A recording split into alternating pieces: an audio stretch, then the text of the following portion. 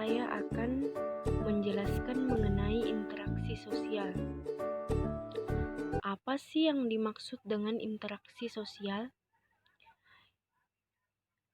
Interaksi sosial adalah hubungan timbal balik sosial berupa aksi saling memengaruhi antara individu dan individu, antara individu dan kelompok, dan antara kelompok dengan kelompok.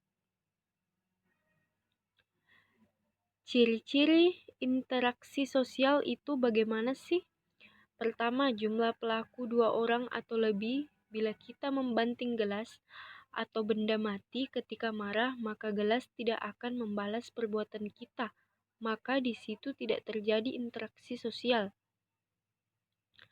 Yang kedua, ada suatu dimensi waktu yang meliputi masa lalu, masa kini, dan masa yang akan datang.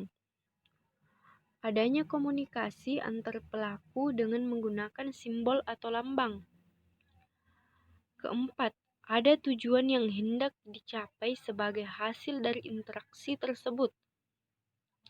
Lalu, jenis interaksi sosial itu ada berapa sih?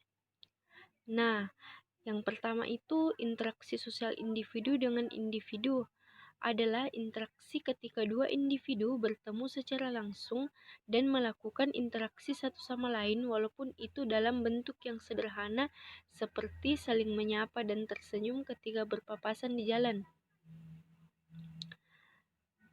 Yang kedua, interaksi sosial kelompok dan kelompok adalah interaksi ketika dua kelompok yang berbeda saling bertemu. Komunikasi yang terjalin bukan lagi berkaitan dengan hal-hal yang bersifat pribadi, melainkan kepentingan kelompok, contohnya pertemuan antar ormas dan sebagainya.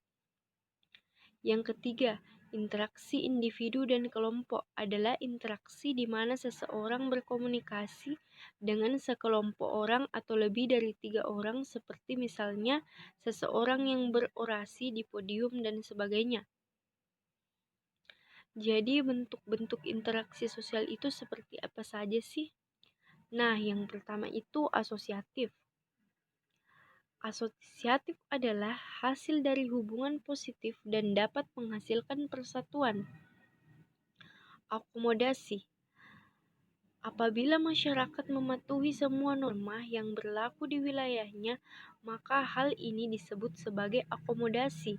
Bentuknya adalah eliminasi, segregasi, adjudikasi, konsiliasi, mediasi, kompromi, dan koersi. Tujuannya adalah menyatukan pemahaman dari berbagai tersebut sehingga tidak ada yang bertikai. Kedua, kooperasi. Kooperasi ini adalah usaha bersama yang dilakukan orang-orang untuk tujuan bersama. Dalam kerjasama tersebut, orang-orang akan saling mendukung, bersinergi, dan saling membantu. Hasil kerja sama ini dapat menghasilkan kerukunan seperti gotong royong yang dilakukan oleh masyarakat desa. Yang ketiga, asimilasi. Asimilasi ini adalah peleburan dua kebudayaan berbeda dan menjadi satu kebudayaan baru untuk tujuan bersama. Keempat, akulturasi. Akulturasi ini mirip dengan asimilasi, namun kebudayaan asli dari kelompok tersebut masih ada. Dua budaya berpadu dan menghasilkan budaya baru tanpa membuat budaya asli hilang.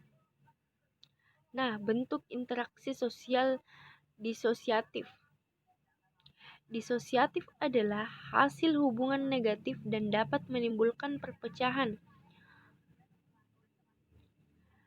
Yang pertama itu oposisi. Oposisi ini adalah kelompok atau individu yang menyalahkan dan menentang sesuatu yang sudah lama dan pelakunya disebut sebagai oposan. Yang kedua, kompetisi. Kompetisi ini adalah usaha yang dilakukan untuk meraih prestasi dan menentukan yang terbaik. Yang ketiga, kontravensi. Kontravensi ini berada di tengah-tengah antara kompetisi dan oposisi.